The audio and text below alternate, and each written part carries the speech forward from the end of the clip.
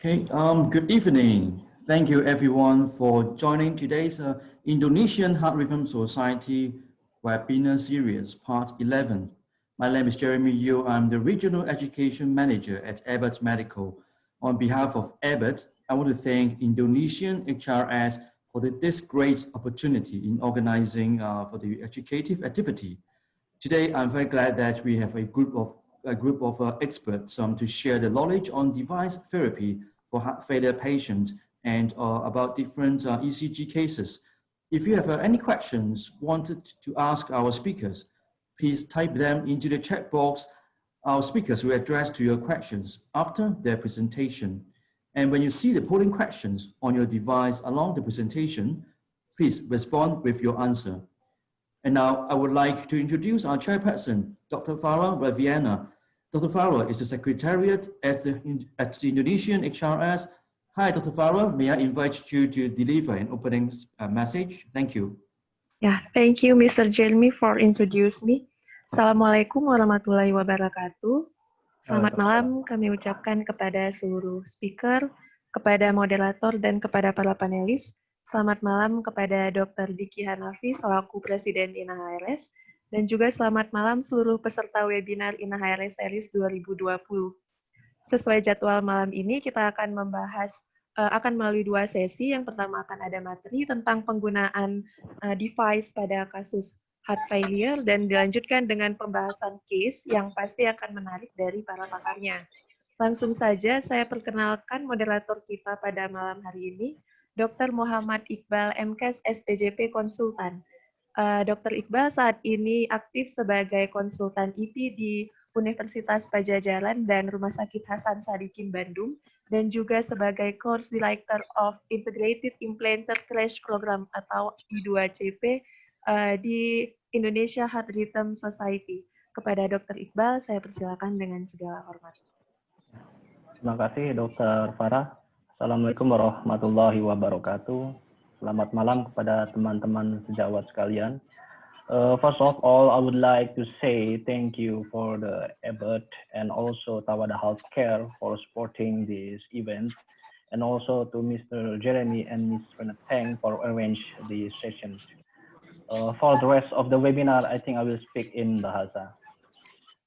Pada malam ini kita akan membahas dua topik yang sangat menarik yang mungkin sangat sering dijumpai oleh teman-teman sejawat dalam praktek sehari-hari. Ya. Topik pertama adalah mengenai peranan heart failure manajemen yang akan pasien-pasien mana yang akan dirujuk untuk diberikan terapi device.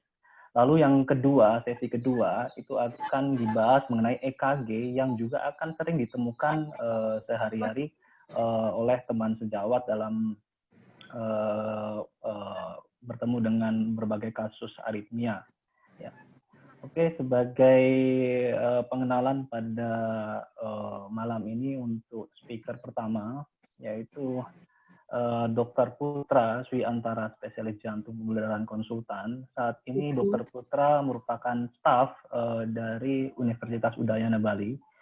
Dr. Putra mengenyam pendidikan elektrofisiologis di Royal Melbourne Hospital, Australia.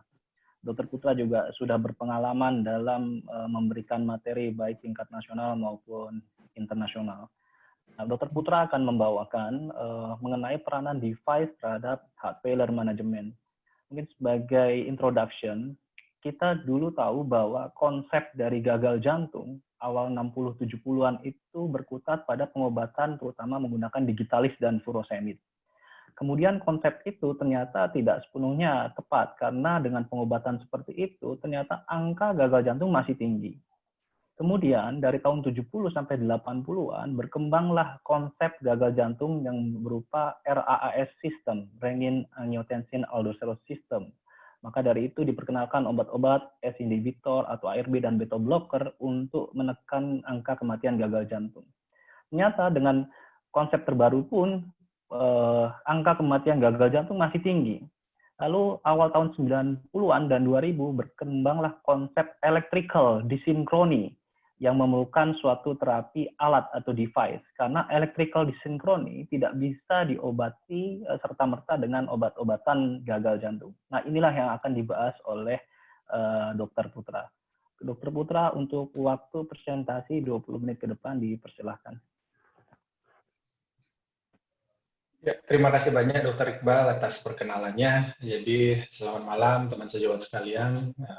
Terima kasih karena sudah memberikan waktunya di malam Sabtu ini, di weekend ini, untuk terus bergabung bersama kami di INA HRS untuk seri sesi edukasi ya.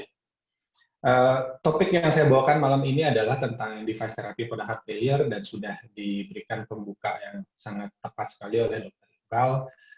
Bagaimana kita progres beyond dari terapi farmakologis yang kita mungkin sudah ketahui bersama. Ya, untuk terapi-terapi gagal jantung saya rasa semua sudah familiar ya, karena jangan lupa bahwa kompetensi untuk tata laksana gagal jantung itu bahkan jatuh pada kompetensi dokter umum atau GP ya, di fasilitas kesehatan pertama. Jadi salah apabila pernyataan bahwa gagal jantung itu hanya diterapi oleh kardiologis, harus diurus oleh spesialis jantung. Nah, itu yang harapan kita dari peserta teman-teman malam ini, teman sejawat malam ini yang hadir di sini, perlu juga untuk menambah pengetahuannya terkait apalagi di luar farmakologi yang bisa kita lakukan. Jadi tadi sudah disebut sekilas, kita ngomongin masalah device. Nah, apa dulu nih, bagaimana sih bentuknya? Mungkin bagi yang belum familiar terutama. Kita membicarakan malam ini adalah apa yang disebut sebagai cardiac resynchronization therapy atau CRT singkat. Kalau alat pacu jantung mungkin sudah lumayan lazim didengar ya, sudah familiar. Ini kita bisa anggap alat pacu jantung yang lebih canggih sedikit. Nah, itulah namanya CRT. Jadi posisi dan proses pemasangan kurang lebih tidak jauh berbeda dengan alat pacu jantung, di mana kita menanam suatu generator atau baterai ya, subpectoralis, kemudian ada kabel-kabelnya yang masuk ke dalam jantung.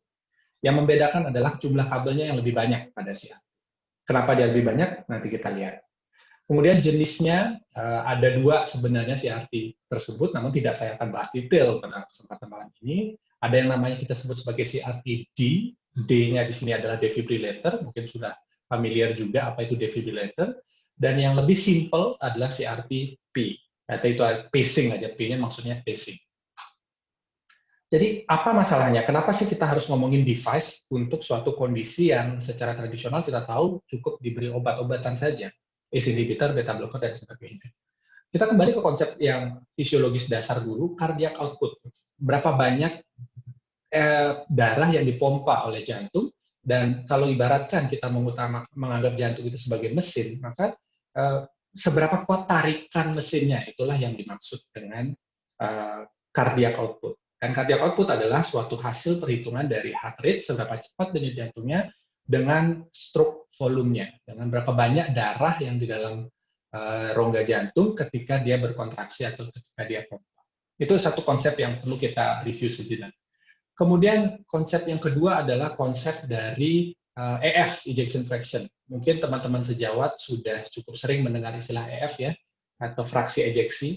Nah, pada prinsipnya ejection fraction adalah jumlah darah yang dipompa dalam rongga jantung ke seluruh tubuh ya, melalui ke aorta berarti dalam satu waktu. Kita bilang normal kalau dia 50-70% itu rentang normal, bukan 100% karena jantung tidak kontraksi sampai kempot ya istilahnya, tidak sampai habis. Kalau dia dalam rentang tersebut, oke, no problem. Orang bisa beraktivitas dan tidak ada keluhan. Kita mulai mengatakan dia mulai borderline atau sudah mulai mengarah ke gagal jantung, biasanya range-nya kita bilang 40-49. Jadi sedikit di bawah 50% itu biasanya sudah mulai ada keluhan. Mulai ngos-ngosan, mulai cepet capek, kalau beraktivitas, jalan jauh, tidak kuat, nafas pendek, atau ngap, itu biasanya yang disampaikan oleh pasien. Dan kita masukkan kategori pada reduced ejection fraction, yaitu target nanti terutama pada penggunaan alat-alat CRT ini, adalah pada kondisi di mana kalau dia sudah rendah sekali di bawah 40%. Mana aktivitas ringan saja akan membuat seseorang ngos-ngosan atau cepat capek. Jadi kita juga review sedikit mengenai NIHA, functional class. Mungkin kita pernah dengar functional class 1, normal, tidak ada keluhan ya, seperti orang normal, kelas 2 hanya aktivitas berat yang bikin masalah, kelas 3 aktivitas ringan sudah membuat keluhan, sesak, ngos-ngosan, dan kelas 4 duduk tidur pun atau diam pun sudah ada keluhan. Ingat, fungsional kelas, fungsional untuk mengatakan seberapa gangguan jantung yang sudah dialami seseorang, itu 1 sampai 4. Nah, itu ada hubungannya dengan kapan kita indikasikan pemasangan alat. Nah, kemudian kita ngomong masalah resinkronisasi, berarti ada masalah. Masalahnya apa? Ada disinkroni. Jadi pada kondisi gagal jantung yang berat, itu bisa terjadi apa yang kita katakan sebagai disinkron. Sesuai namanya, seharusnya kita tahu bahwa jantung itu, pada posisi gambar yang kanan ini, berkontraksi dengan pola yang spesifik. Aliran produksi dari SA node ke AV node, turun ke bundle branch, serabut Purkinje, mengaktifkan otot-otot jantung miokard secara sekuensial dengan tujuan yang spesifik. Jadi kontraksi yang terjadi secara tersinkronisasi itulah yang bisa memberikan daya pompa yang optimal. Jadi komponen sinkronisasi tersebut kita bagi lagi menjadi beberapa komponen. Yang pertama kita sebut sebagai atrioventrikular, antara atrium, jantung atas, dengan ventricle, jantung di bawah, itu harus giliran. Harus ada jaraknya juga, timingnya yang sesuai. Kemudian ada intraventrikular, di dalam rongga jantung itu sendiri. Kemudian interventrikular, antar jantung kanan dan jantung kiri. Karena kita bisa bayangkan jantung kanan dan jantung kiri itu memompa harus berbarengan. Kalau tidak berbarengan, maka yang terjadi adalah hanya, ya kasar yang kita bilang, goyang-goyang aja. Tidak terkontraksi dan menghasilkan pompaan yang efisien. Kita review juga apa yang menjadi masalah dengan gagal jantung. Gagal jantung, ini menggunakan statistik di Amerika, itu sangat prevalen. Angka prevalennya tinggi sekali. Kalau udah usia geriatrik, di atas 70, itu bahkan populasinya sampai 10% mengalami gagal jantung. Angka insidennya jangan ditanya, ratusan ribu. Di Indonesia juga sebenarnya sama tingginya. Morbiditasnya tentu saja bisa menyebabkan hospitalisasi yang sangat tinggi. Banyak sekali kasus perburukan gagal jantung mengharuskan rawat inap. Dan yang tentu saja yang terakhir berujung pada kematian atau mortalitas. Kita tahu pembunuh nomor 1 baik di negara berkembang maupun di negara maju tetap adalah penyakit-penyakit kardiovaskular. Dan kita juga perlu ingat bahwa pasien-pasien dengan gagal jantung itu mempunyai life expectancy atau harapan hidup yang singkat. Kalau tidak diobati terutama, semenjak mulai didiagnosis, umurnya itu 80% orang itu sudah akan tiada dalam tempo 8 tahun. Angka ini sering dilupakan, betapa seriusnya diagnosa gagal jantung dan betapa itu memerlukan tata laksana yang tepat dan sesuai. Karena life expectancy-nya, kalau kita bandingkan, itu tidak jauh berbeda dengan berbagai macam jenis kanker atau malignansi. Kemudian tantangan klinisnya bagaimana kalau gagal jantung? Kita tahu bahwa angka hospitalisasinya sangat tinggi, ya. Dan semakin dia sering rawat inap, satu pasien yang sama, kalau dia berulang kali rawat inap karena perburukan gagal jantung, maka ujung-ujungnya angka kematian itu pasti meningkat. Artinya semakin sering seseorang masuk ke rumah sakit dengan gagal jantung, semakin dekatlah kurang lebih kita bisa katakan dia dengan ajalnya, ya. Karena itu biasanya menandakan perburukan yang jelas. Di Indonesia sendiri kita sudah tahu dan paham dengan kondisi asuransi kesehatan nasional kita, di mana di situ yang ada data statistik yang paling lengkap saat ini tentang kasus-kasus kejadian penyakit di masyarakat yang secara real berdasarkan klaim penyakit apa yang ada. Dan kita selalu diingatkan bahwa salah satu akan penyebab dari BPJS Tamrut itu kan memang penyakit jantung. Penyakit jantung kardiovaskular mendominasi jumlah klaim itu bahkan di atas 50%. Jauh di atas komponen-komponen atau diagnosis penyakit lainnya, termasuk gagal ginjal yang terdekat dan kanker 16%. Tapi jantung sendiri 51%, bahkan hampir 52%, dan ini tahun ke tahun tidak pernah berubah. Jadi gagal jantung itu sendiri akan memberikan suatu tantangan finansial secara jangka panjang. Kita tahu bahwa rawat inap, apalagi rawat inap berulang, biayanya itu tidak murah. Ini walaupun angka-angka dari Amerika, namun sama saja ya, biaya atau beban yang ditanggung oleh sistem kesehatan untuk satu kali hospitalisasi rawat inap pasien-pasien gagal jantung itu sebenarnya sangat signifikan. Dan itu kita lihat dari refleksi, bisa kita lihat dari klaim yang dibuat ke BPJS terkait diagnosa gagal jantung. So, apa yang bisa dirubah? Ya, apa yang bisa kita lakukan untuk memperbaiki statistik-statistik gagal jantung tersebut. Pertama kita pahami dulu disinkroni yang kita sebutkan tadi. Ini gambaran visual proses kontraksi jantung. Bagi yang tidak familiar, ini adalah gambar USG atau echo ya, ekokardiografi atau bahasa awamnya dibilang USG jantung. Agak kebalik tentu aja. Ini inverted view standarnya.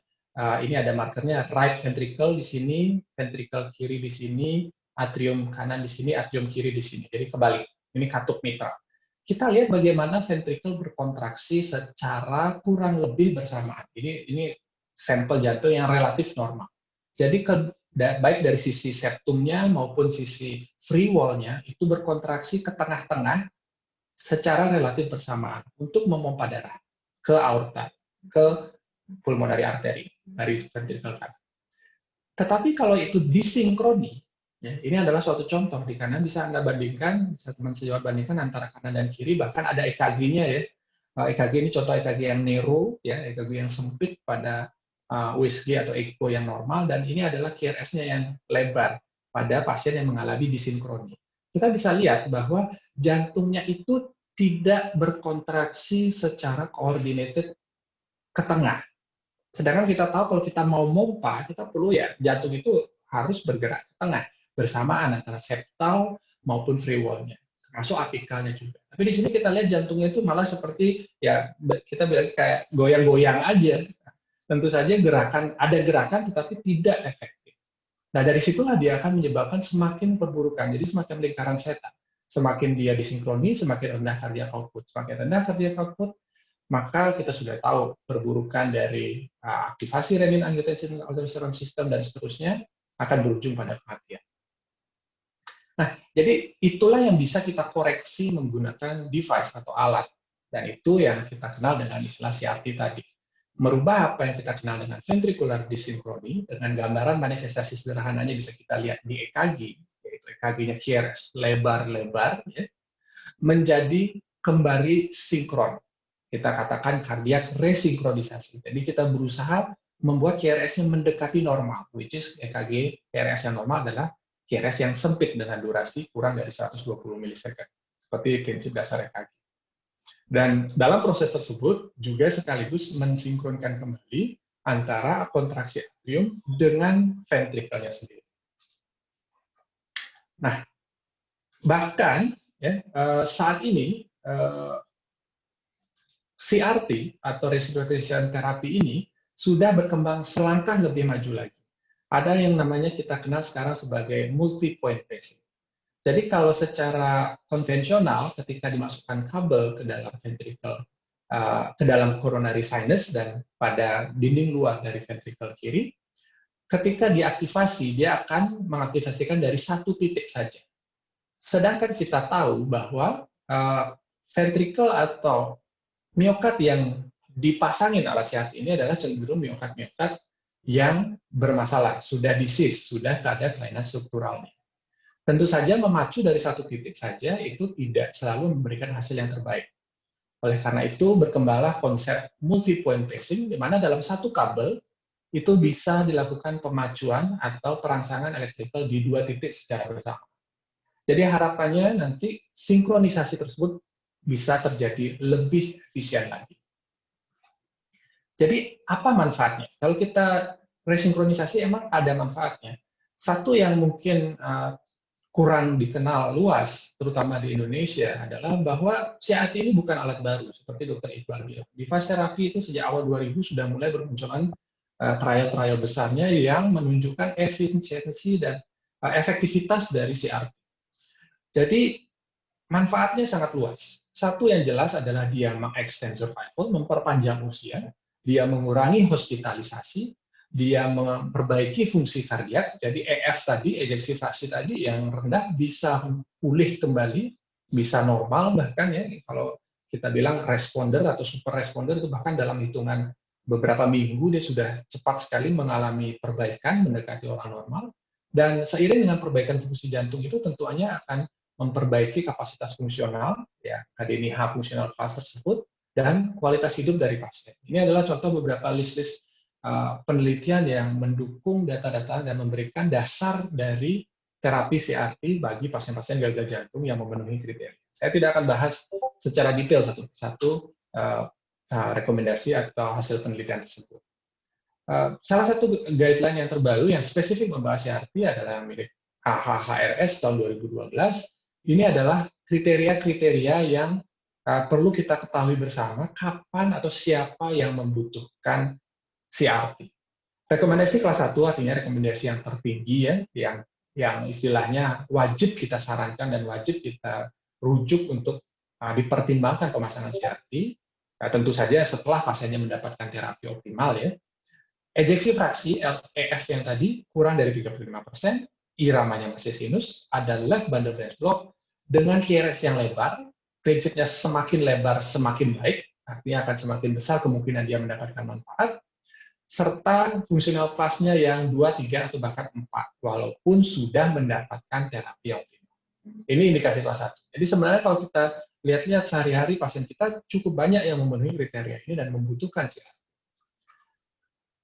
Level rekomendasi yang berikutnya adalah kelas 2A, itu bisa dipertimbangkan pada kategori-kategori tertentu, atau pada pasien-pasien yang tidak semuanya memenuhi kriteria rekomendasi kelas 1. Tapi secara prinsip, secara umum yang perlu diingat sederhananya adalah dia punya gagal jantung, artinya bergejala, simptomatik, fungsional kelas 2 sampai 4. EF kalau ada data echo itu jauh lebih baik, fungsional kelasnya EF-nya rendah di bawah 35%, dan QRS selebar-lebarnya. Kalau kita ketemu QRS lebar, jadi sekarang jangan hanya berhenti ketika melihat EKG, oh ini LBBB, oh ini RBBB. Harus selalu kalau membaca EKG, mulai sekarang karena sudah paham dengan adanya CRT ini, apakah ini pasien gagal jantung? Kalau ini pasien gagal jantung, maka jangan lupa CRT. Karena itu artinya ada kemungkinan seseorang atau pasien tersebut membutuhkan CRT guna memperpanjang harapan hidupnya, serta meningkatkan kualitas hidupnya. Dan terkait biaya, tadi yang kita bahas sedikit, kita tahu jantung adalah diagnosa dengan berbiaya tinggi, itu juga sangat terbantu dengan CRT. Kenapa? Karena dengan pemasangan CRT dan apabila terjadi respon, artinya dia mengalami perbaikan dengan CRT, itu evidence-nya sudah sangat jelas bahwa rehospitalisasi atau rawat inap itu akan signifikan berkurang dan bahkan berkurang separuhnya pada pasien-pasien dengan gagal jantung fungsional kelas 2 dan 4 yang sudah mendapatkan terapi. Kendalanya apa? Kita bahas sedikit kendalanya. Ini kita singkat saja sesi saya malam ini. Tentu saja nomor satu biaya. Ya. Adopsi di Indonesia kendala utamanya adalah biaya karena sayang sekali semua komponen atau sebagian besar komponen dari pemasangan CRT ini tentu saja impor dan memang biayanya sangat tinggi.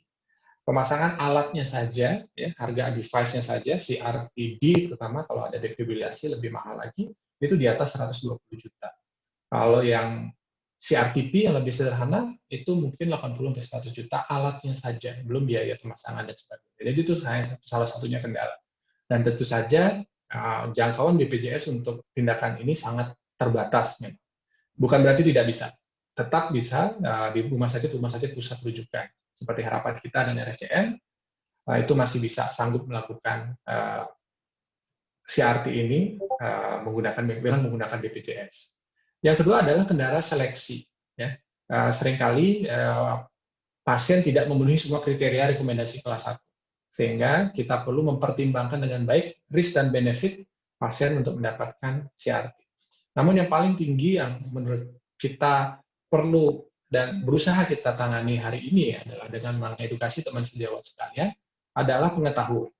Karena harapan kita di NHRS terutama bahwa semua teman sejawat yang di lini terdepan, yang berhadapan langsung dengan kasus-kasus gagal jantung, bisa memahami kapan perlu evaluasi lebih lanjut, evaluasi spesialistik, dan kapan indikasi-indikasi seseorang mendapatkan terapi device atau dengan alat guna memperbaiki outcome atau kondisi pasien tersebut. Baiklah, singkat cerita, kita yang ingin saya sampaikan yang mudah-mudahan melekat secara singkat adalah apa itu CRT, ya, alat untuk memperbaiki disinkroni konduksi jantung. Ya. Disinkroni berhubungan dengan gangguan mekanik dan itu yang bisa kita koreksi.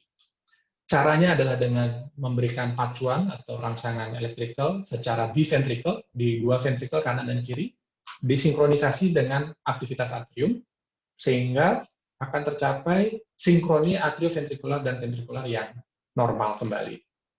Tujuannya utamanya jelas adalah meningkatkan efisiensi pompa jantung, sehingga gejala-gejala heart failure itu bisa membaik, dan ini adalah sebagai tambahan yang sangat bermanfaat bagi pasien-pasien gagal jantung on top of medikamentosa. Mungkin itu aja yang bisa saya sampaikan. Mungkin saya sangat harapkan lebih banyak diskusi dan pertanyaan supaya kita bisa memberikan pencerahan. Terima kasih. Saya kembalikan ke Dr. Iqbal. Oke, terima kasih Dr. Putra atas presentasinya yang sangat tepat waktu, kemudian informatif, dan mengajarkan kita kembali lagi ke dasar-dasar heart failure, mana yang bisa diobati dengan medical treatment, mana yang harus melangkah ke device. Ada pertanyaan dari peserta, ya. Kita seringkali mengatakan bahwa CRT itu harus dilakukan kalau sudah tercapai optimal obat-obatannya atau optimal medical treatment. Nah, ini apa yang dimaksud dengan optimal medical treatment? Kemudian, apakah dosis beta blocker atau ACE itu harus sampai dosis maksimal dulu atau tidak sebelum kita melangkah ke CRT? Silakan Dr. Putra. Baik, terima kasih. Jadi kalau berdasarkan evidence, ya berdasarkan evidence, tentu saja ini di luar penyakit gagal jantung ya. Bahkan pada semua terapi, pada semua diagnosis, pada semua penyakit, secara umum kan suatu terapi yang bersifat komprehensif, yang menyerang artinya mengatasi suatu etiologi penyakit dari berbagai sisi, itu tentu jauh lebih efektif. Nah, medikamentosa, ACE inhibitor, beta blocker itu men-tackle atau menghandle gagal jantung dari segi terutama adalah hiperaktivasi simpatik drive yang tentu saja akan memberikan beban lebih lanjut kepada jantung, dan renin-angiotensin-aldosteron yang akan berdampak buruk terhadap perubahan bentuk dan struktur dari jantung itu sendiri, remodeling proses. Sedangkan masalah elektrikal itu tidak bisa diatasi, seperti Dr. Iqbal bilang tadi, dengan obat-obatan. Dan device terapi, CRT ini membantu atau memang fokusnya adalah pada gangguan elektrik. Dari guideline sih memang merekomendasikan optimal medical therapy atau guideline directed medical therapy. Apa sih yang dimaksud? Artinya, idealnya adalah seorang pasien itu sudah mendapatkan dosis dan jenis terapi yang sesuai dengan penelitian-penelitian besar yang terbukti menurunkan mortalitas dari suatu gagal jantung. Contoh, kalau kita kasih ACE inhibitor, pasiennya sudah minum ACE inhibitor 6,25 mg captopril 3 kali gitu misalnya. Apakah itu artinya sudah sesuai guideline? Betul, sudah sesuai guideline, tapi belum optimal. Itu baru inisiasi saja. Jadi efek maksimal atau benefit maksimal dari ACE inhibitor pada pasien tersebut belum kita expect bisa didapatkan. Beta blocker juga sama. Ya. Jadi harapannya adalah paling ideal tentu saja sudah semua sesuai guideline. 3 kali 25 misalnya captopril. Bisoprolol setidaknya sampai 5 mg. Itu target dari optimalnya sekali. Nah, CRT uniknya namun, kita bisa seringkali bersifat istilahnya komplementer. Contoh untuk beta blocker yang sering kendala kita dalam tata laksana gagal jantung, pemberian beta blocker seringkali dilimit oleh heart rate. Apalagi orang Asia, ya in general orang asing itu dosis bisoprolol 5-10 mg gampang, it's okay. Orang Asia dikasih dosis 2,5 mg aja udah berani biasanya kadang-kadang. Apalagi kalau geriatrik udah tua dikasih mencapai dosis 5 mg itu kadang-kadang sulit.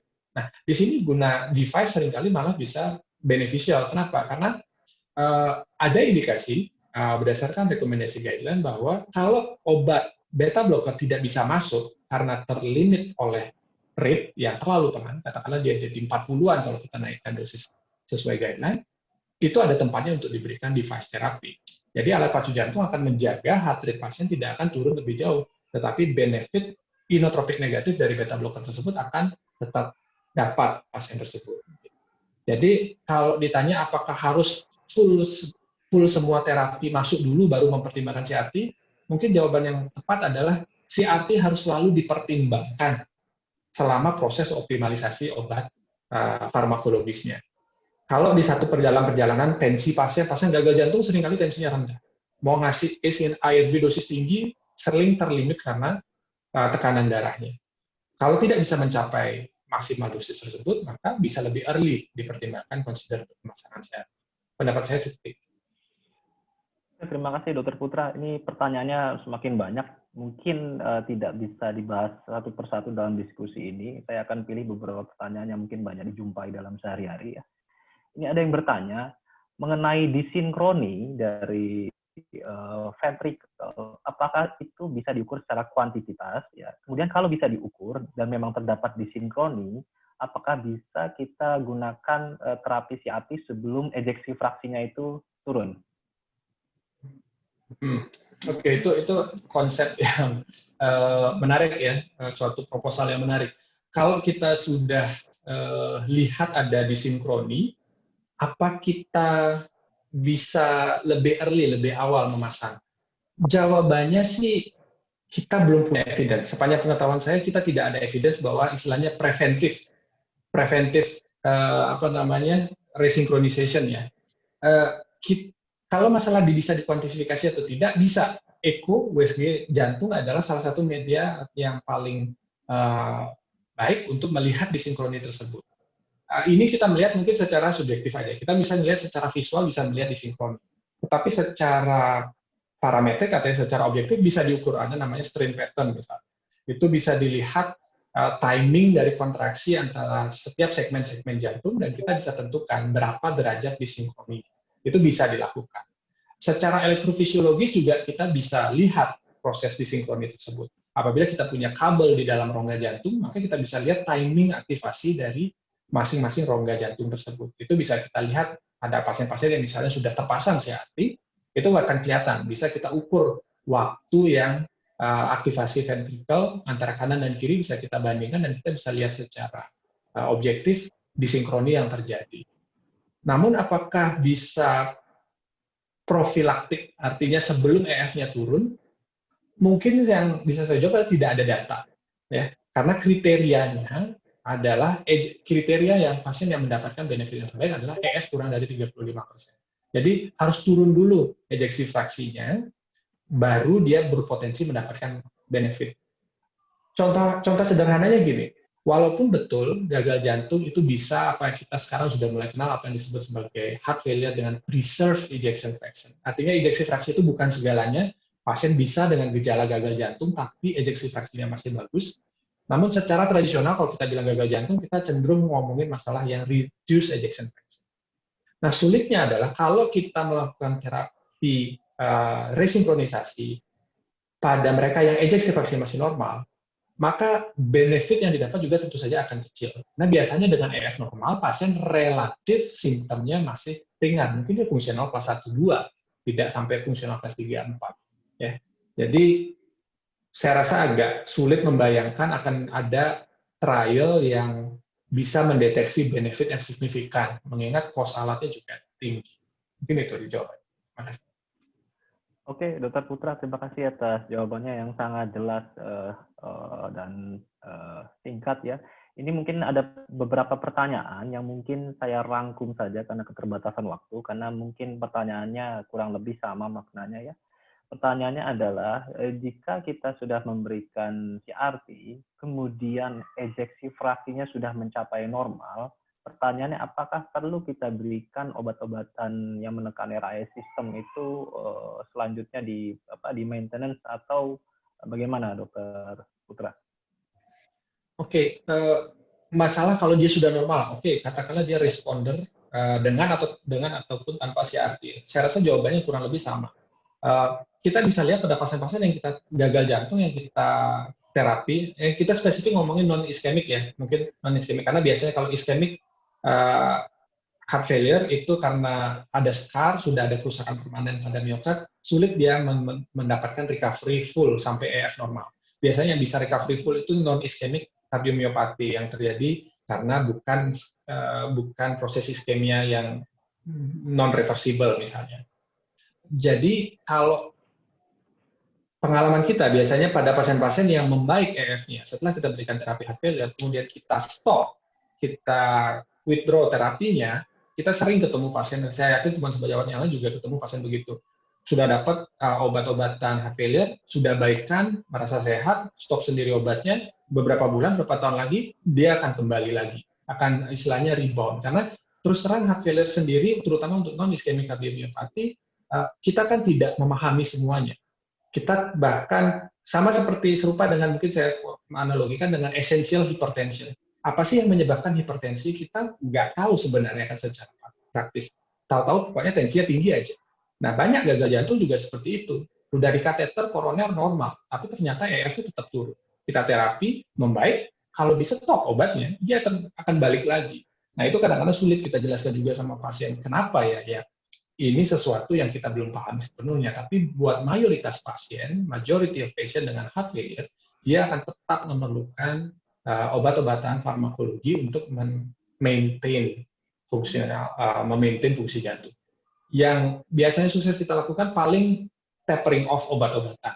Kita tahu seperti flowchart untuk tata laksana heart failure, ACE inhibitor, beta blocker, MRA, ivabradin kalau HT dan sebagainya. Kalau dia memang sudah stabil, mungkin ya kita mundur aja. Tadi yang ditambahin ivabradin, mungkin kita coba stop ivabradinnya. Tadi ditambahin MRA, MRA-nya bisa kita cut, dan seterusnya. Kita kembali ke yang paling basic, seringkali at least RA sistem blokernya tetap jalan, atau ACE inhibitor. Mungkin itu yang bisa jawab. Terima kasih, Dr. Iqbal. Oke, terima kasih Dr. Putra, karena ini sebenarnya masih banyak pertanyaan yang belum terjawab. Mungkin nanti Dr. Putra bisa membantu menjawab di kolom chat ya, untuk langsung ditujukan kepada penanya. Mungkin saya simpulkan sedikit dari presentasi ini bahwa sebenarnya CRT itu bukan teknologi baru ya. Jadi CRT ini berperan pada proses gagal jantung di mana terjadi electrical disinkroni, yang tentu electrical disinkroni ini adalah masalah mekanik. Masalah mekanik tentu tidak bisa diselesaikan serta-merta dengan obat-obatan yang menekan renin, angioterin, aldosteron system. Oleh karena itu, pada pasien-pasien yang seperti ini, bila ejeksi fraksinya masih rendah, sudah dengan obat-obatan yang optimal, ini perlu dipertimbangkan untuk CRT. Kapan kita tahu ada electrical disinkroni pada pasien? Paling gampang kita melihat dari gambaran EKG. Semakin lebar QRS durasi di EKG, semakin itu menandakan terjadinya proses electrical disinkroni. Nah, pada pasien-pasien seperti inilah yang harus dipertimbangkan untuk CRT, dan di Indonesia sendiri sekarang sudah bisa dilakukan CRT ya, terlepas dari pembiayaan BPJS atau tidak. Tenaga ahlinya sudah tersebar di seluruh Indonesia, jadi bisa dipertimbangkan pada teman-teman sejawat sekalian. Oke, terima kasih Dr. Putra. Saya close sesi pertama ya. Untuk pertanyaan yang belum terjawab, mungkin Dr. Putra akan berusaha menjawab di kolom chat, ditujukan langsung ke para penanya. Sekarang kita akan masuk ke sesi kedua. Sesi kedua ini juga tidak kalah menarik, karena saya yakin akan sangat sering teman-teman sejawat menemukan gambaran aritmia yang akan dipresentasikan oleh speaker kita. Ya, bisa ditampilkan CV speaker kita yang kedua. Ya, speaker kita yang kedua adalah Dr. Muhammad Muksid, spesialis jantung pembuluh darah konsultan. Beliau menyelesaikan pendidikan elektrofisiologi di Pusat Jantung Nasional Harapan Kita. Sekarang beliau merupakan staf dari Rumah Sakit Zainal Abidin. Kemudian selain speaker, kita juga akan ditemani oleh 3 orang panelis yang akan membahas EKG menarik ini. Yang panelis pertama adalah Dr. Beni Hartono, spesialis jantung pembuluh darah konsultan. Beliau merupakan senior elektrofisiologis yang selesai menempuh fellowship di Veteran General Hospital Taipei, Taiwan. Saat ini beliau bertugas sebagai senior elektrofisiologis di Bina Waluya Cardiac Center. Kemudian panelis kedua, kita akan ditemani oleh Dr. Agus Harsoyo, spesialis jantung pembuluh darah konsultan. Beliau menempuh pendidikan elektrofisiologi di Puwai Heart Center, Beijing, Cina. Saat ini beliau bertugas di Rumah Sakit Perwira Angkatan Darat Gatot Subroto. Kemudian panelis yang ketiga, kita akan ditemani oleh Dr. Reynold Agustinus, spesialis jantung pembuluh darah konsultan. Beliau menyelesaikan pendidikan elektrofisiologis di Cardiovascular Science and Research Gandhi University of Health Science di India. Saat ini beliau sedang bertugas di Siloam Hospital Kebon Jeruk, Jakarta. Oke, untuk mempersingkat waktu, saya persilahkan untuk speaker menyampaikan materinya. Silakan Dr. Muksid. Terima kasih.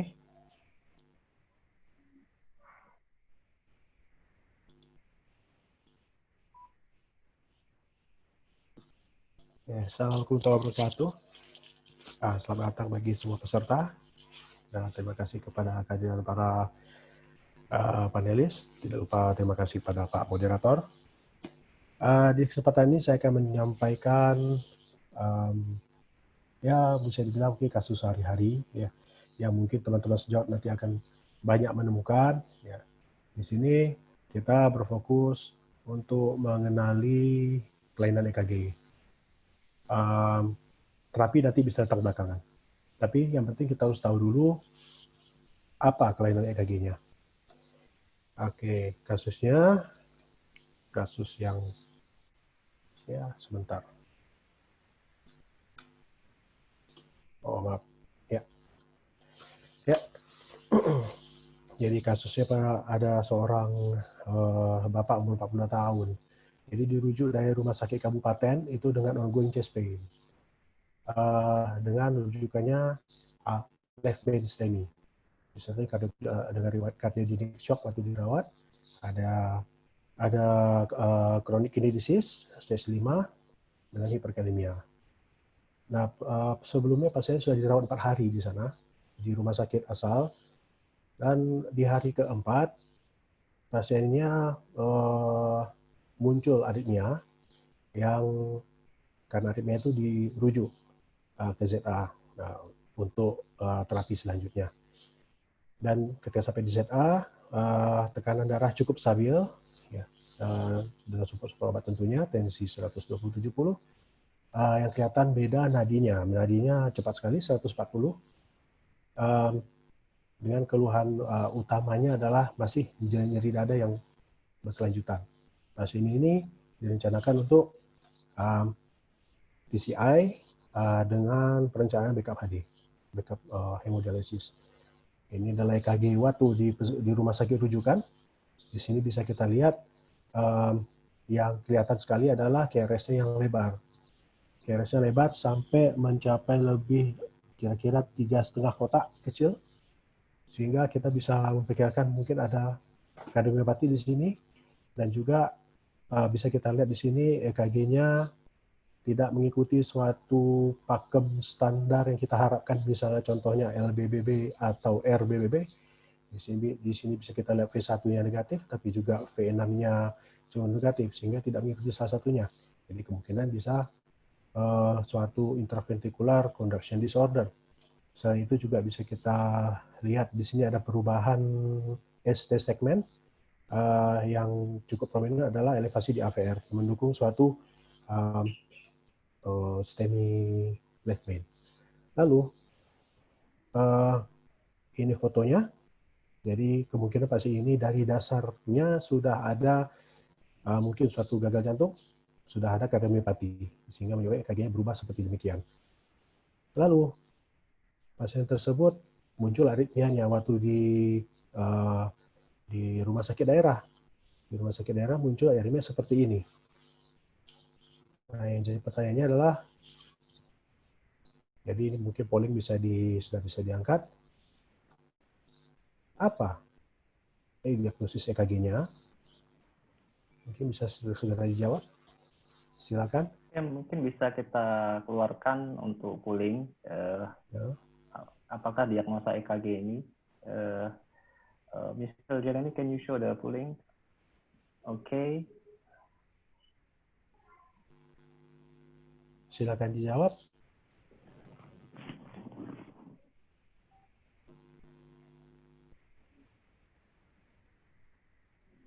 Mungkin saya yakin juga EKG-nya akan banyak ditemui juga ya, Dokter Muksid ya.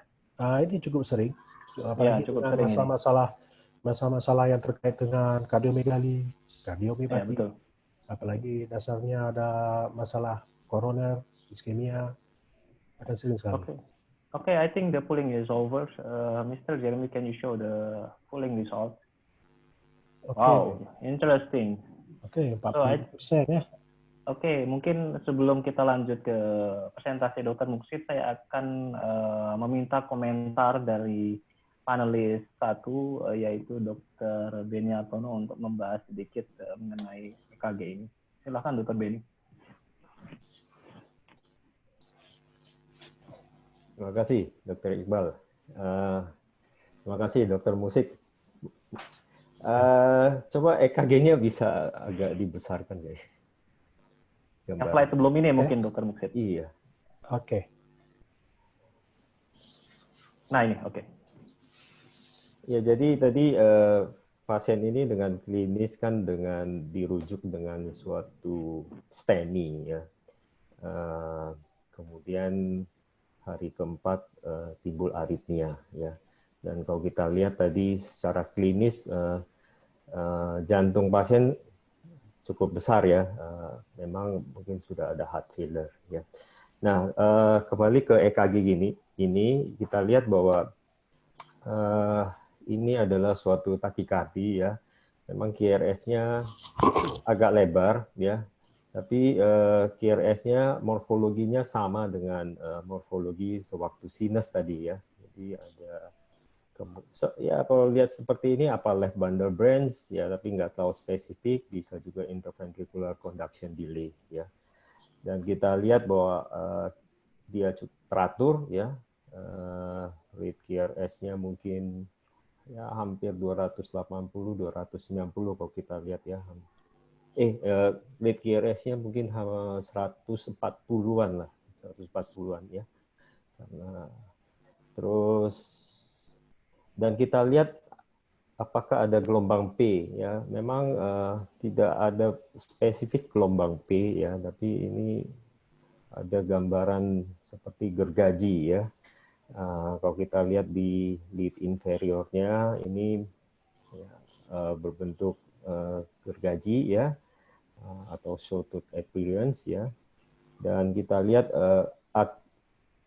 flutter wave-nya ini ya mempunyai interval kurang lebih hampir 300 ya. Jadi kalau QRS rate-nya 140 ya, ini berarti flutter wave 2:1 ini ya. Nah, sekarang kita menentukan kalau ini merupakan suatu flutter, apakah dia ini tipe yang tipikal atau atipikal ya. Kalau kita lihat dari gambaran di 23 AVF ya, negatif dan lead V1 positif, kemungkinan ini typical counterclockwise flutter dengan 2:1. Demikian mungkin komentar saya. Terima kasih Dr. Beni. Selanjutnya ke panelis kedua yaitu Dr. Agus Harsoyo untuk memberikan komen atau sanggahan. Saya berharapnya justru sanggahan. Ada pendapat yang berbeda dari Dr. Beni, Dr. Agus, atau idem? Terima kasih Dr. Musik dan Dr. Iqbal. Sejawat sekalian, di praktek sehari-hari tentu kita sebelum menegakkan diagnostik dengan elektrokardiogram ini, hal yang penting adalah kita harus tahu basic mekanisme daripada atrial aritmia ini. Jadi tadi Dr. Muksin sudah menyebutkan bahwa keterlibatan automaticity, yaitu adanya suatu peningkatan dari ion kalium ada. Lalu basic mekanisme kedua ada suatu AMI, left main kalau tidak salah ya, melibatkan left main acute coronary syndrome, mungkin dari hasil kateterisasi. Jadi jelas ada suatu terlibat baik trigger activity maupun re-entry. Itu yang pertama. Jadi sebagai dokter tentu kita mulai dari basic terlebih dahulu. Yang kedua, saya melanjutkan statementnya dari Dr. Beni. Kalau di praktek klinis sehari-hari, para sejawat sekalian, kita melihat, tadi Dr. Beni mengatakan gelombang P, saya akan melanjutkan. Ya. Jadi mana yang abnormal kalau kita lihat di contiguous lead-nya, di 2-3 AVF, ya, kita lihat Jadi kita yang sederhana menurut Klein dan kawan-kawan, kita menggunakan pensil, lalu kita urutkan setelah RS, ya. Ini kita turunkan, ini ada suatu arah ke bawah, jadi negatif. Pertama naik lagi, lalu negatif kedua, baru ada QRS kompleks. Jadi ini jelas menunjukkan ya di 23 AVF gelombang P-nya ini arahnya negatif. Ya. Kemudian yang di V1 di EKG yang dikirim oleh Dr. Musid ini terlihat gelombang T-nya ini positif. Artinya berarti arah dari aliran listrik ini bukan dari high tetapi mulai dari low. Jadi kalau dari bawah V1-nya menjadi positif gelombang T-nya, sehingga ini putarannya seperti jarum jam terbalik. Jadi kalau tadi hantarannya sudah disebutkan Dr. Benny, jadi kalau kita menggunakan pensil nih, kita lihat di lead 2 ya. Pertama, terus kita turun satu, naik sedikit, turun lagi kedua, baru QRS. Jadi ini menunjukkan adanya 21 atrioventricular ratio. Memang kadang-kadang kita akan berpikir apakah ini bukan suatu ET. Tetapi Dr. Benny tadi saya juga setuju ada suatu gambaran gigi gergaji. Jadi ini suatu typically daripada sawtooth appearance dengan rasio 2:1. Saya kira sementara itu Dr. Iqbal, mungkin Dr. Reynolds bisa menambahkan. Jadi kurang lebih jawabannya kurang lebih sama dengan komentarnya dengan Dr. Benny ya, Dr. Agus. Oke, mungkin kita ke Dr. Reynolds sebagai panelis ketiga, silakan dok. Bagian yang paling sempit ini, bagian paling sempit dan paling sulit karena semua udah dijawab oleh senior konsultan. Sebelumnya saya akan meminta Dr. Musid memperlihatkan slide yang sinus rhythm yang pertama kali. Boleh minta tolong Dr. Musid? Boleh. Oke. Slide ini sebetulnya buat saya interesting, cuman tadi mungkin kurang begitu diperhatikan. Kita bisa lihat bahwa dari panah saya kelihatan ya, mudah-mudahan ya. Oh, kelihatan? Kursornya kelihatan enggak? Kursor kuning, bukan? Iya. Oke, saya ingin memperlihatkan bahwa kalau ini diperbesar, kalau misalnya Dr. Musid bisa memperbesar, satu dari pasien ini yang bisa kita lihat gelombang P-nya, terutama di lead 2 dan lead AVF itu udah kelihatan bentuknya seperti M. Artinya, sudah terjadi large atrial enlargement. Ini merupakan awal dari mekanisme yang akan terjadi di berikutnya. Kedua, PR intervalnya juga sebetulnya di sini sudah mulai agak panjang. Oke, jadi ini juga yang menyebabkan kenapa hantarannya selain dari efek AV node Wien ke Bach, ini juga yang menyebabkan bahwa nanti terjadi yang tadi sudah disampaikan oleh Dr. Agus Harsoyo, atrial tachycardia atau atrial flutter. Sebetulnya atrial flutter merupakan makro reentry dari atrial tachycardia. Ini yang bisa menyebabkan kenapa rate-nya nanti bisa selain Wien ke Bach dengan PR interval yang memanjang, artinya juga AV node-nya sudah mulai terganggu. Ini menyebabkan kenapa antaranya jadi lebih dari 21, 31, 41. Oke. Ini slide yang pertama. Kemudian kembali ke slide yang Dr. Musid berikan untuk jadi polling. Oke, kalau kita bisa memperbesar di AVL, saya nggak bisa. Kalau misalnya Dr. Musid bisa memperbesar di AVL, slide AVL ini diambil, kita bisa menghitung berapa P-wave-nya. P-wave-nya ini sangat cepat, dari titik sini ke titik sini. Oke, sebentar bisa nggak sih saya bikin iklan? Dari titik A ke titik B, atau titik sini, dua ini, ke titik yang di sini yang jatuh, itu jaraknya overlapping. Jadi ini memang lebih dari 21 sebetulnya. Dan kalau bicara tadi typical counterclockwise atau clockwise atrial flutter, saya rasa Dr. Benny dan Dr. Agus Harsoyo sudah menjelaskan dengan detail. Dan arah elektrofisiologinya atau arah aliran listriknya juga sudah diceritakan dengan secara gamblang oleh kedua senior konsultan tersebut. Jadi yang ingin saya tambahkan dalam komentar saya mungkin adalah sebelum kita melihat apakah ini kita bingung apakah ini AT atau tidak, kita bisa lihat dari EKG awalnya sudah terjadi atrial enlargement di bagian kiri, ditambah dengan heart failure yang sudah disampaikan oleh baik Dr. Agus dan Dr. Beni, dan di sini juga rate-nya juga sudah tinggi dengan perbandingan mungkin ini sudah jadi 21 ke 31, maka dan arahnya juga sawtooth appearance-nya juga ke bawah untuk di lead 23 AVF. Jelas ini adalah typical counterclockwise atrial flutter. Namun yang perlu diingatkan juga nanti atrial flutter ini sebetulnya ada berbagai macam klasifikasi, bukan hanya cuman nanti typical counterclockwise, typical clockwise. Dia juga akan berdasarkan nanti datang dari ventricle kiri atau ventricle kanan. Mungkin itu yang bisa saya tambahkan untuk Dr. Muksid, Dr. Iqbal. Terima kasih sebelumnya untuk kesempatannya. Oke, terima kasih Dr. Reynolds dan kepada semua panelis. Jadi kurang lebih komentarnya setuju bahwa ini adalah typical atrial flutter ya. Yang kemudian juga ternyata jawaban poolingnya kebanyakan memang menjawab itu typical atrial flutter. Oke, Dr. Muksid untuk melanjutkan presentasinya. Terima kasih, moderator. Jadi kita lanjut. Jadi tadi kebanyakan jawabnya tadi 54% ya. A ya, typical CW, atrial flutter. Jadi ini sebenarnya adalah typical CCW, atrial flutter.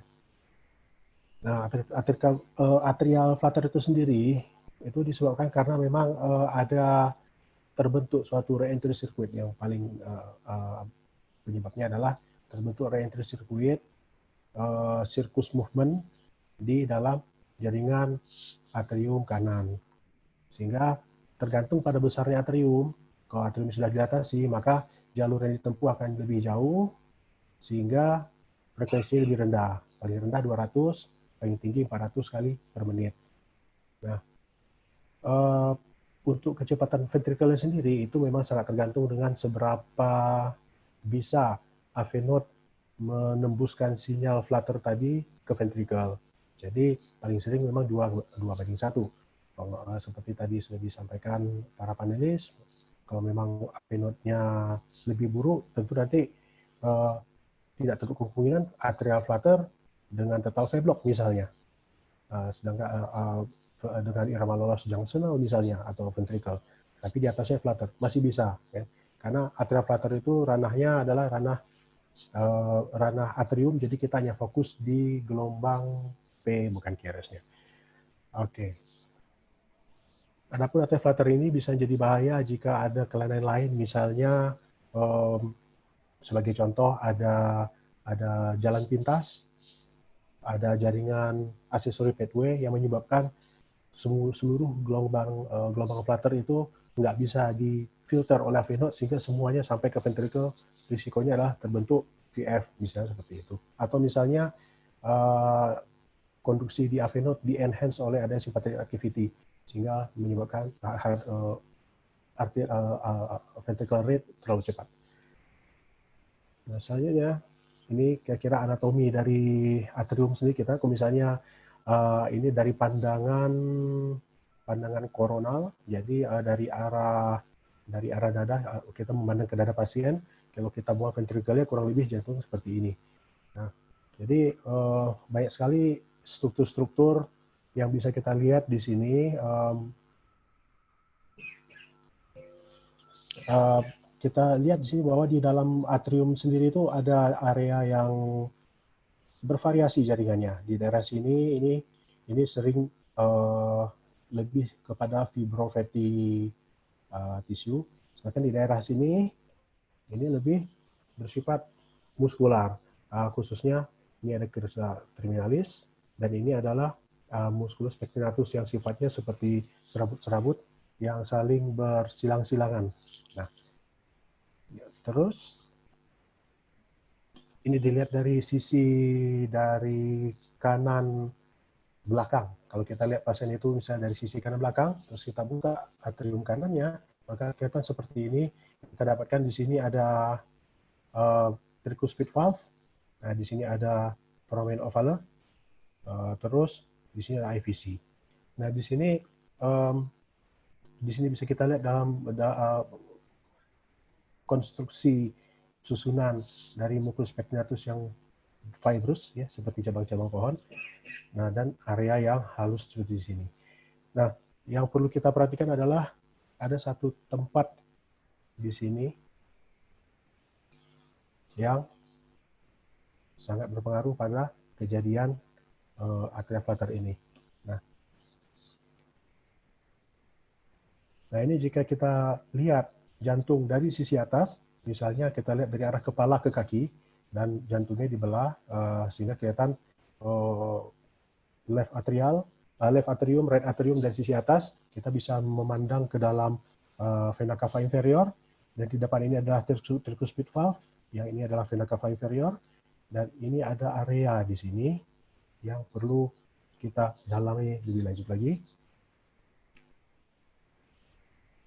Itu yang kita sebut sebagai CTI, yaitu cavo-tricuspid isthmus. Tempat ini adalah penting pada propagasi sinyal atrial flutter. Yang khususnya adalah atrial flutter yang tipikal. Artinya tipikal adalah yang panah merah ini. Yang panah merah ini, karena perbedaan jaringan-jaringan pada atrium kanan, maka bisa menyebabkan munculnya suatu aritmia window. Dan khususnya pada bagian CTI ini susunan muskus spectratus agak sedikit beda dari dinding yang anteriornya, karena di situ criss crossing-nya kurang, jadi lebih banyak sambut transversal dan longitudinal, sehingga dia menyebabkan suatu kecenderungan untuk menunda sinyal. Jadi di situ terjadi delay dari propagasi sinyal, dan dia diapit oleh dua struktur yang fibros. Dua struktur yang fibros di sini, ini ada struktur yang penuh dengan jaringan fibros, ini juga annulus tricuspid fibros, dan ini jaringan muskulernya. Di sini, daerah sempit ini disebut sebagai, ada istilah anatomisnya adalah isthmus. Ini adalah tempat yang paling sering menjadi lewatnya sinyal atrial flutter.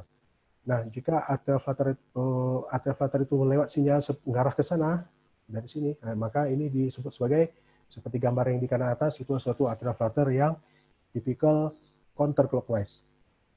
Nah, sedangkan kalau misalnya dia mengarah ke sana, lebih jarang, yaitu disebut sebagai typical clockwise atrial flutter.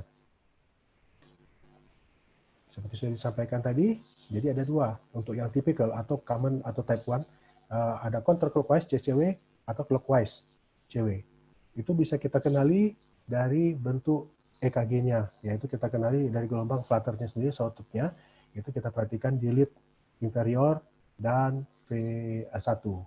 Dan pada typical flutter yang counterclockwise, itu kita dapatkan, sudah dijelaskan oleh Dr. Beni dan Dr. Agus tadi, adalah negatif di lead 2, lead 3, dan positif di V1, mendukung suatu CCW, counterclockwise re-entry. Adapun misalnya kalau tidak mengikuti pola ini, keluar dari pola ini sama sekali, tidak cocok antara dua ini, maka kita masukkan pada atypical atrial flutter, suatu tipe yang jarang atau disebut tipe 2. Dan itu bisa terjadi misalnya pada gambar,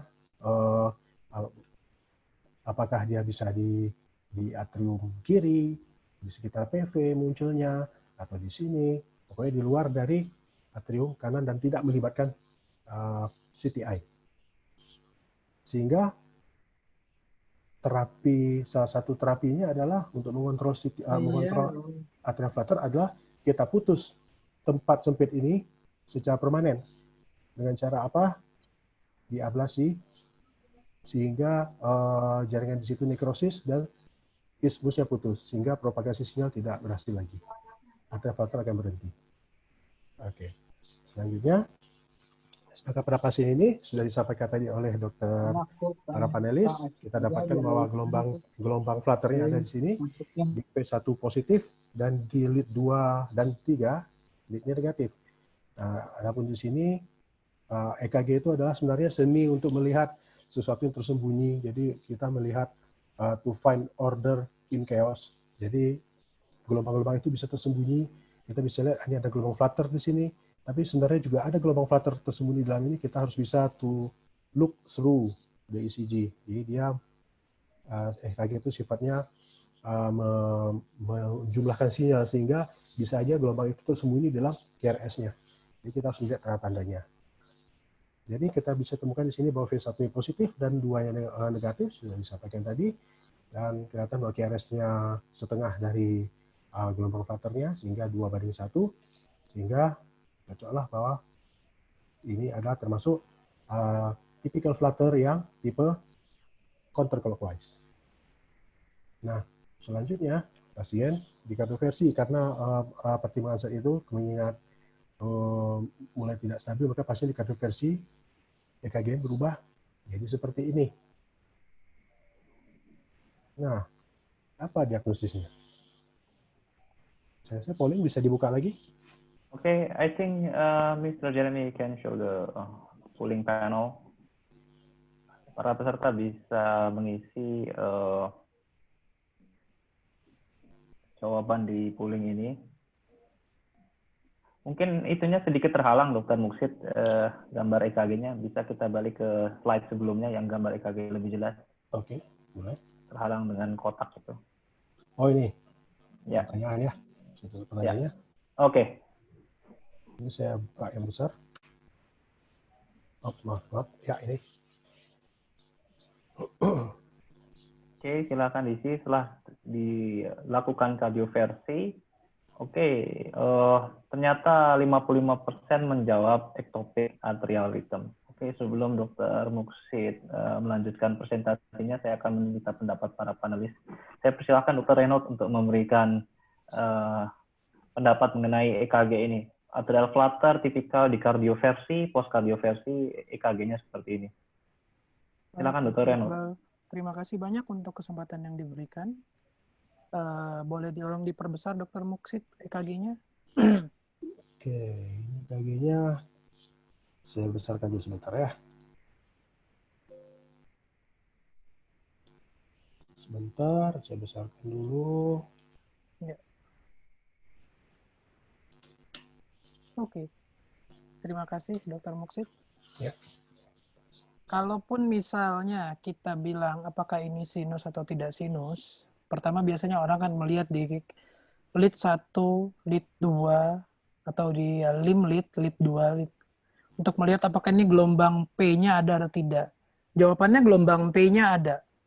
Nah, pertanyaannya tinggal kita lihat arahnya. Apakah gelombang P-nya cocok dengan arahnya sinus? Kalau kita misalnya bilang gelombang sinus, berarti arahnya itu datangnya dari sinoatrial node turun ke AV node. Nah, kalau lead 1 kita lihat, lead 1 mencerminkan arahnya aliran listrik, dia dari kanan ke kiri. Artinya dia cocok dengan arahnya sinus. Tapi kita lihat lead 2, lead 2-nya itu P wave yang sejajar dengan lead 1-nya dimulai dari bawah baru ke atas. Artinya ini berat datang atau pacemaker yang dominan bukan datang dari sinoatrial lagi, tapi dari bawah. Karena sinoatrial itu letaknya di atas atrium kanan. Dan kita juga bisa lihat juga di V1. Ketika dilihat di V1, dominan gelombang P wave-nya atau gelombang yang itu adalah dominan ke bawah, dominan defleksinya negatif. Kalau bicara bahwa ini sinoatrial node, ini mestinya minimal dia bifasik. Oke. Jadi kalau misalnya melihat dari data yang diberikan, dan kita juga bisa lihat lagi di AVR. AVR kalau dia dari sinoatrial node, mestinya AVR-nya dia negatif. Tapi di sini dia positif. Jadi yang bisa saya sampaikan kalau dari sini menurut saya, ini sudah pasti jelas bukan sinus rhythm. Kalau dibilang accelerated junctional, ini juga bukan accelerated junctional, karena biasanya junctional itu akan bentuknya murni ke bawah, dan dia ada beberapa yang letaknya datangnya di belakang dari QRS. Jadi saya memang lebih cenderung setuju terhadap polling maksimum yang menyatakan bahwa di sini adalah ectopic atrial rhythm. Mungkin itu yang bisa saya sampaikan, Dr. Iqbal. Oke, terima kasih Dr. Renaud. Saya coba minta komentar dari panelis kedua yaitu Dr. Agus Arsu. Silakan, Dok. Ya, terima kasih. Terima kasih. Dr. Reynolds sudah memulai, saya akan melanjutkan saja. Jadi tadi sudah menyinggung tentang irama junctional, ya. Jadi kalau kita lihat rate-nya, ya ini mungkin sekitar antara 60 sampai 100 ya. Jadi yang jelas ini bukan suatu junctional tachycardia, ya, tetapi mungkin masih accelerate. Yang kedua, kalau kita melihat lokasinya, memang LID2,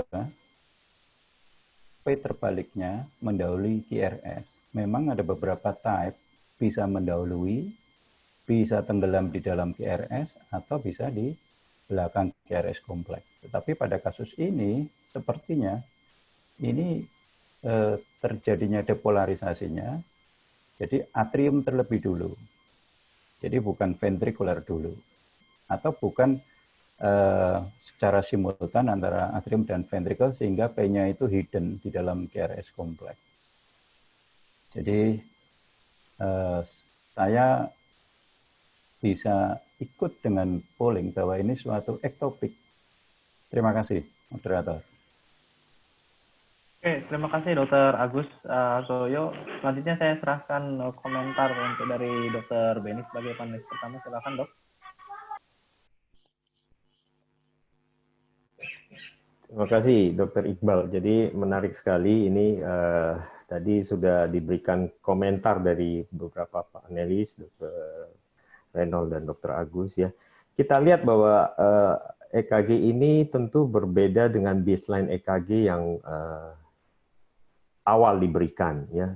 Kalau kita masih ingat tadi di lead 2-nya itu P-nya positif, terus dia juga agak lebar, menandakan ada left atrial enlargement. Tapi pada EKG yang ini kita lihat pada lead 2 itu negatif, lead 3 negatif, ya P-nya, lead AVF juga negatif ya. Jadi ini ada sumber.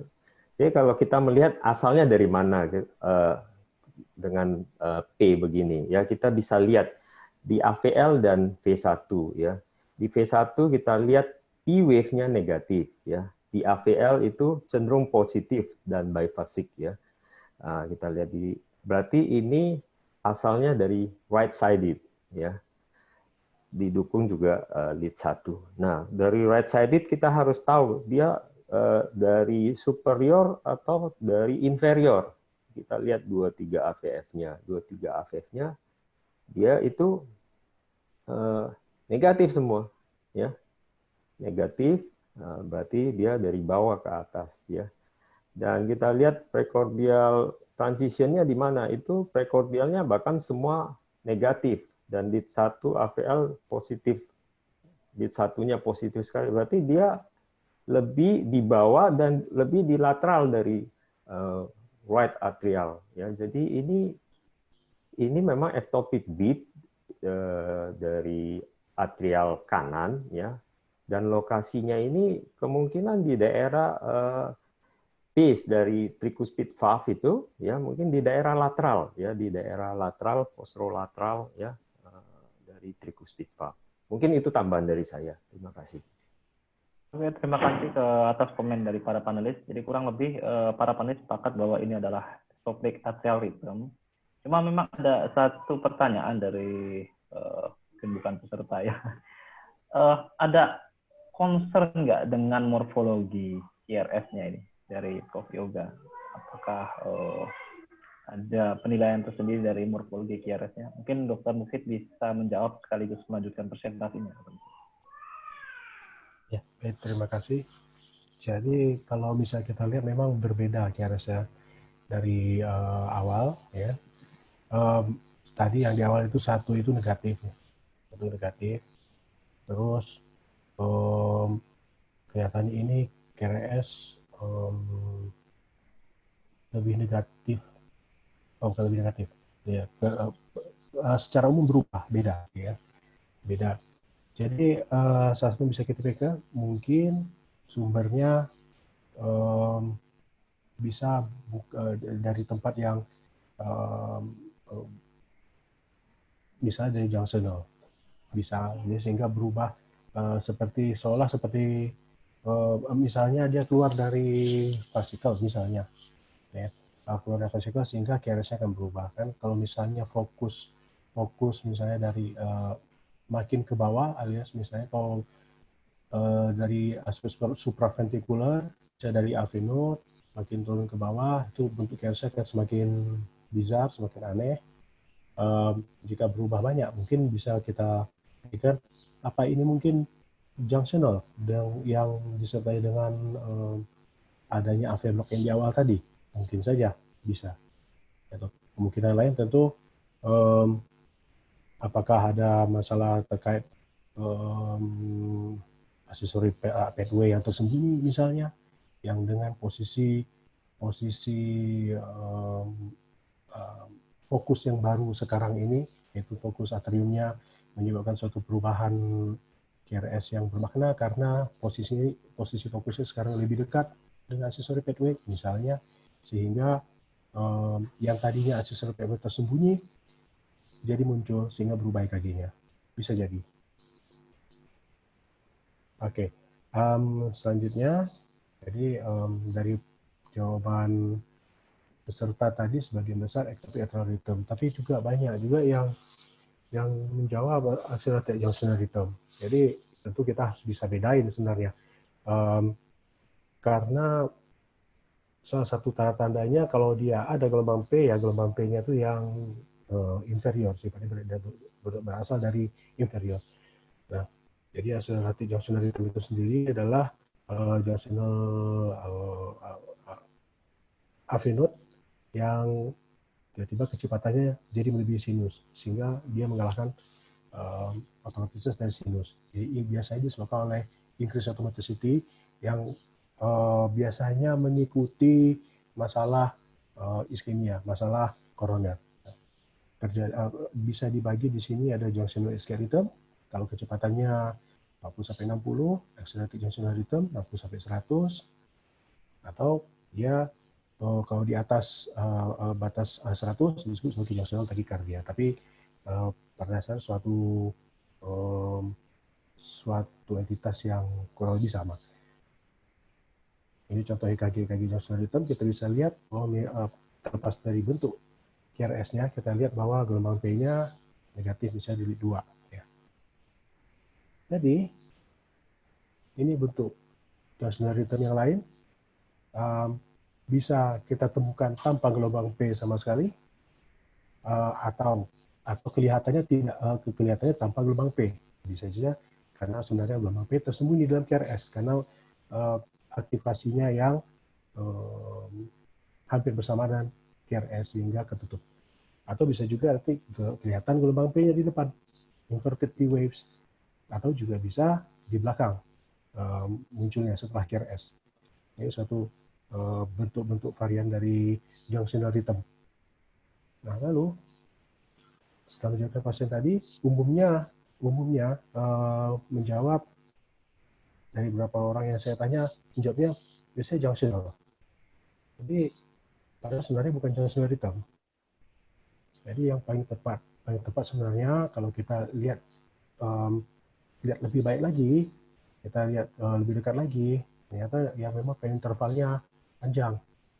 Jadi kita harap sebenarnya kalau sinyal itu berasal dari junctional, maka sinyal itu akan merambat dari area junctional itu ke bawah atau anterograde ke arah ventricle dan juga retrograde ke arah atrium, sehingga akan mencapai atrium dan ventricle dengan kurang lebih waktu yang berdekatan.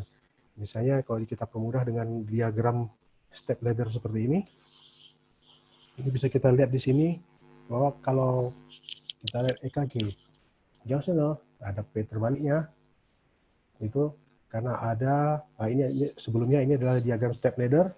Step ladder itu representasi dari jantung, ini SAS node, atrium, AV node, dan ventricle. Dan ini diagram terhadap waktu. Jadi kalau misalnya kita bayangin sumber sinyalnya dari AV node, maka sinyal itu akan merambat ke atas dan ke bawah. Nah, ketika dia sampai ke atas duluan sampai ke atrium, maka akan muncul retrograde P wave yang arah ke atas sehingga P-nya negatif.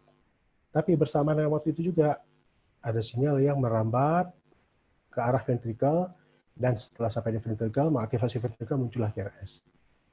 Nah, ini perlu kita bedakan, bedanya sedikit-sedikit kalau dengan yang atrial. Nah, jika atrial, misalnya kita muncul sinyal pada atrium, misalnya pada salah satu pendapat panelis, yaitu dari right lateral inferior.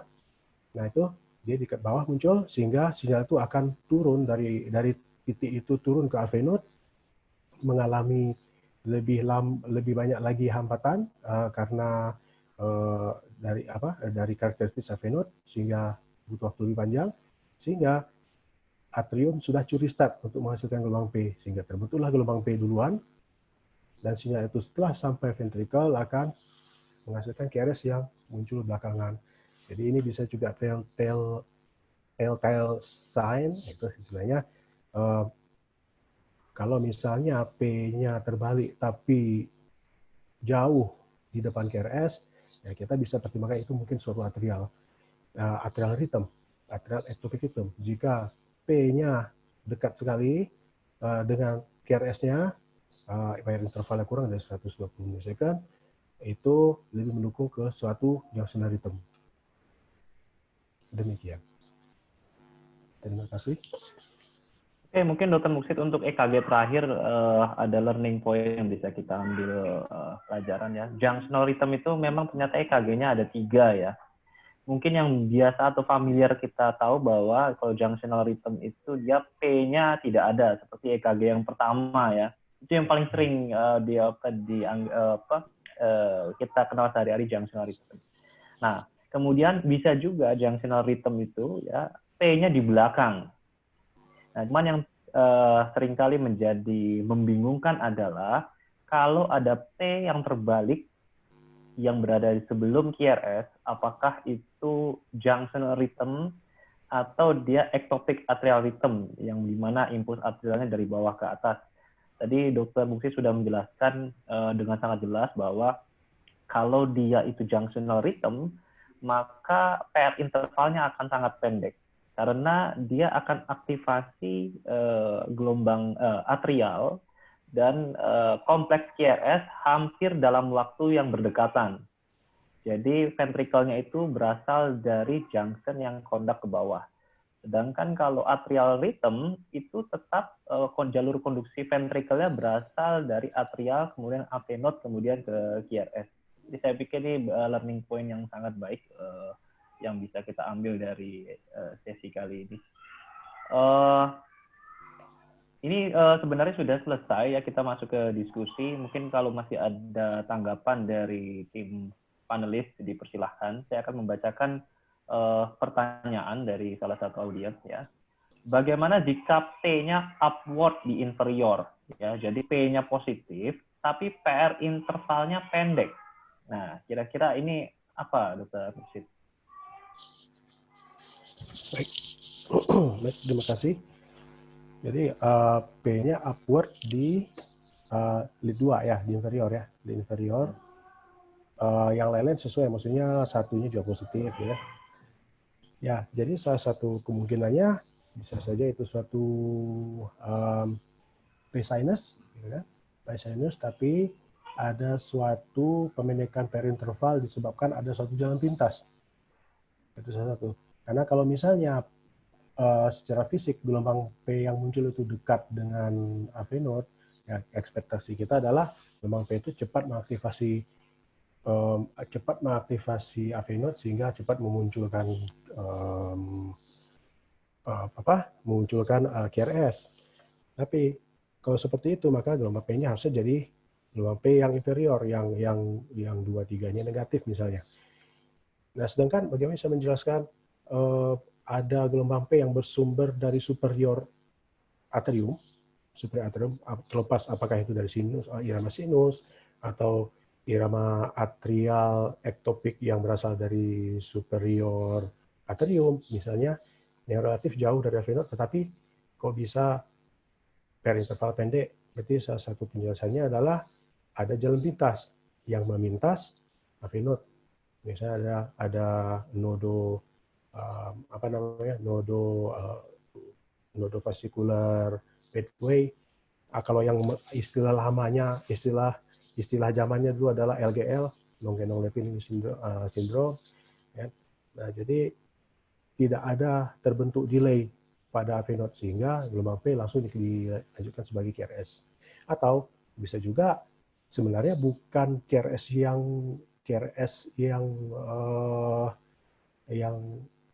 yang duluan muncul sebenarnya, tapi QRS itu tersamakan oleh suatu gelombang tambahan yang kita ketahui namanya sebagai delta wave. Misalnya pada WPW, EKG WPW terbentuk gelombang delta karena pada saat juga jalan pintas. Jadi sinyal yang dari atrium superior atrium itu dia harusnya lewat AV node dan disaring, difilter, di delay, tapi dia melewati suatu accessory pathway yang tidak punya delay sama sekali, sehingga gelombang P yang sampai ke accessory pathway langsung diteruskan ke ventricle, sehingga kita bisa melihat ada QRS yang rada-rada lebar karena ada delta wave di depannya, diikuti dengan bentuk QRS normal di belakangnya. Demikian, sehingga gelombang interval PR-nya sehingga menjadi pendek. Oke, terima kasih Dr. Muksid. Mungkin kita akan masuk ke 2 pertanyaan lagi karena keterbatasan waktu. Ini sebenarnya pertanyaan juga cukup banyak. Mungkin nanti Dr. Muksid bisa langsung direct ke para audiens ya. Yang pertama pertanyaannya adalah apakah ektopik atrial perlu diablasi? Ya. Yang kedua di lead prekordial apakah defleksi gelombang P termasuk transisinya itu bisa menjadi clue untuk membedakan junction atau atrial. Jadi perubahan morfologi transisi gelombang P di lead prekordial apakah bisa jadi pembeda antara itu atrial rhythm atau junction rhythm. Silakan Dokter Muksid. Oke. Khusus di lead prekordial morfologi gelombang P termasuk transisi menjadi clue untuk membedakan junctional versus atrial. Jadi kalau untuk di prekordial ya dibilangnya ya. Nah, oleh prekordial kita hanya secara umum kita bisa mengetahui bahwa dia mengarah ke baca bilangnya dari superior atrium misalnya ke arah inferior atau inferior ke arah superior. Dia tidak bisa terlalu membedakan apakah dia berjalan anterior posterior atau posterior anterior. Jadi intinya apakah menjauhi apex atau mengarah ke apex, gitu kan? Jadi tentu kita nggak bisa hanya dengan prekordial saja, karena kalau misalnya junctional atau atrial, misalnya atrial yang sumbernya dari area atrium di sekitar AV node misalnya di CS ostium itu bisa hampir nggak bisa dibedakan ya gelombang P-nya dari sudut pandang lead prekordial, arah penjalarannya akan kurang lebih sama, sehingga kita perlu bantuan dari lead lain juga. Terus yang pertanyaan tadi, yang pertama tadi apa ya? Maaf moderator, tadi yang pertama tadi yang mana? Mic, mohon maaf mic-nya. Di pertanyaan yang pertama tadi perlu nggak atrial premature contraction atau APC atau SPS apapun istilahnya itu diablasi ya? Iya, pada saya kalau misalnya dengan optimal medical therapy tidak bisa diatasi dan itu mempengaruhi quality of life, mengganggu, misalnya sifatnya paroksisma, sering muncul, sering berdebar-debar, bikin tidak enak,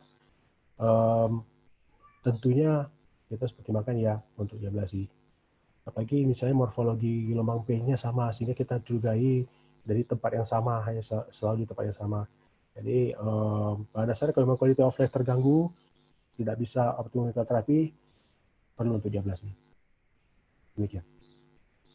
Oke, Oke, mungkin saya masuk ke pertanyaan terakhir untuk Dr. Muksid ya. Ini pertanyaan cukup advance ini dari Dr. Andi kita ya.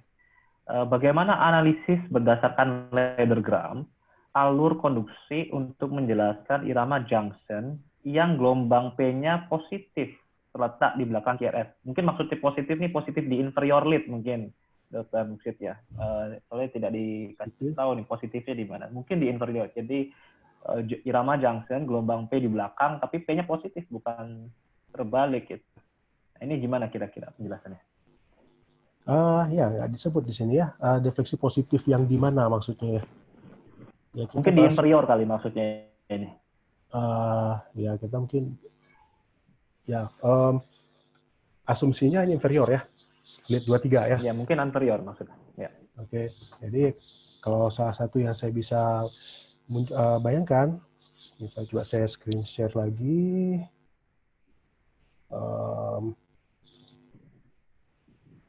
Ini tadi kan, ladder diagram.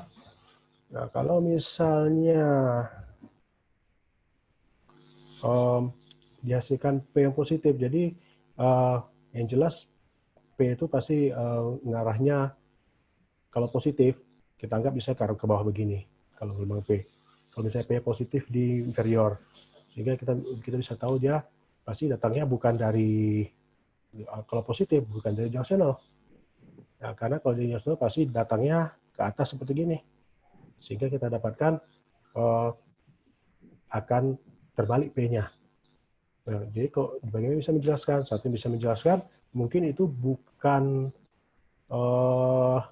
bisa P-nya begini di belakang kan? Ini mungkin P ini bukan milik QRS ini, tapi milik QRS yang di depannya. Sehingga yang terjadi adalah mungkin ada AV blok yang sangat panjang, baru P QRS ke bawah, bisa jadi seolah P ini adalah bagian dari QRS yang sebelumnya, padahal P ini mungkin adalah bagian dari QRS yang di depannya, yang selanjutnya. Demikian kira-kira perkiraan saya. Jadi intinya kalau memang dia junction, harusnya P-nya dari low to high ya. Kalau memang ada P positif, bisa jadi itu P-nya bukan dari junction, apakah dari P yang untuk QRS sebelumnya, atau ada suatu isoritmik AV disosiasi.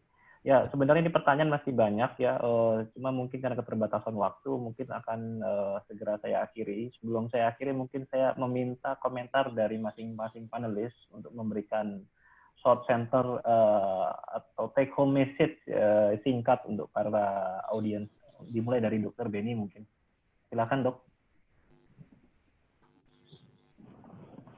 Ya, oke. Terima kasih, Dr. Iqbal. Jadi menarik sekali kasus pada ini. Jadi pada kasus ini kita banyak belajar ya. Sebenarnya untuk mendiagnosis itu tidak hanya lewat EKG ya. Jadi kita juga harus lihat perjalanan klinis pasien ya. Tadi mungkin belum disinggung mengenai hyperkalemianya. Apakah hyperkalemianya juga membuat gambaran widening QRS-nya itu berbeda-beda. Jadi level dari kalium juga berpengaruh pada QRS kompleks ya. Tadi yang ditanyakan oleh Prof. Yoga. Jadi mungkin itu juga harus dibahas. Yang mengenai tadi gelombang P yang di belakang QRS yang positif, ya tadi bisa juga salah satunya contohnya ya suatu isoritm yang dissociate ya, jadi P dari sinus, tapi kebetulan dari junction juga ada QRS-nya ya, jadi itu juga bisa. Terus juga tadi kita udah belajar mengenai flutter, cara pembedaannya dan sebagainya, saya kira cukup menarik ya, itu akan menambah wawasan dari peserta sekalian. Mungkin demikian komentar singkat dari saya, Dr. Iqbal. Oke, terima kasih Dr. Benny. Selanjutnya untuk Dr. Agus Harus memberikan take home message untuk para audiens. Ya, saya akan memberikan penekanan tentang lecture yang pertama dari Dr. Muksid ya, khususnya untuk aritmia atrial. Jadi di praktek kita sehari-hari akan sering kita jumpai. Jadi manakala kita ketemu suatu gambaran adanya suatu sawtooth appearance, tentu kita ingat bahwa itu suatu atrial flutter Kemudian apakah ini suatu typical counterclockwise atau clockwise? Tentu kita dengan sederhana bisa menggunakan pena yang ada di tempat praktek, kita menggunakan gambaran ya, mulai dari lead 23 APF. Setelah IRS-nya kita lihat F wave-nya kita hitung, sekaligus kita hitung rasionya antara F wave dibandingkan dengan ventricle-nya. Manakala terlihat seperti penjelasan pertama tadi negatif di 23 APF dan di F-wave-nya di V1-nya positif, berarti ini menunjukkan arah aktivasi dari bawah ke atas sebagai counterclockwise atau sebaliknya. Dan kalau tidak memenuhi kriteria itu, berarti dia mungkin suatu atypical. Sedangkan junctional sudah jelas tadi disebutkan oleh speaker maupun panelis Dr. Bani. Saya kira itu. Terima kasih. Ya, terima kasih Dr. Agus. Selanjutnya untuk komen terakhir dari Dr. Renaud. Silakan dok. Suaranya dok, mungkin masih di mute. Terima kasih Dr. Iqbal, terutama untuk Dr. Muksid dengan lecture yang diberikan. Mungkin take home message yang bisa saya sampaikan untuk rekan sejawat sekalian.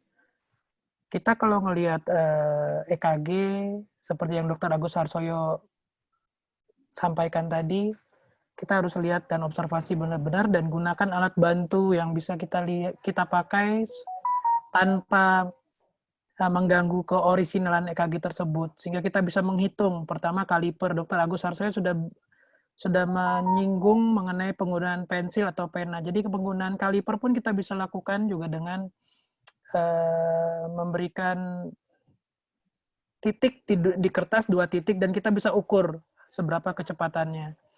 Terus yang kedua juga, seperti yang sudah disampaikan oleh senior konsultan Dr. Agus dan Dr. Beni mengenai typical counterclockwise atrial flutter dan cara membandingannya dengan typical clockwise, kita juga harus melihat arah dari EKG tersebut. Kita harus ingat mengenai penggunaan segitiga Eindhoven dan juga penggunaan precordial lead.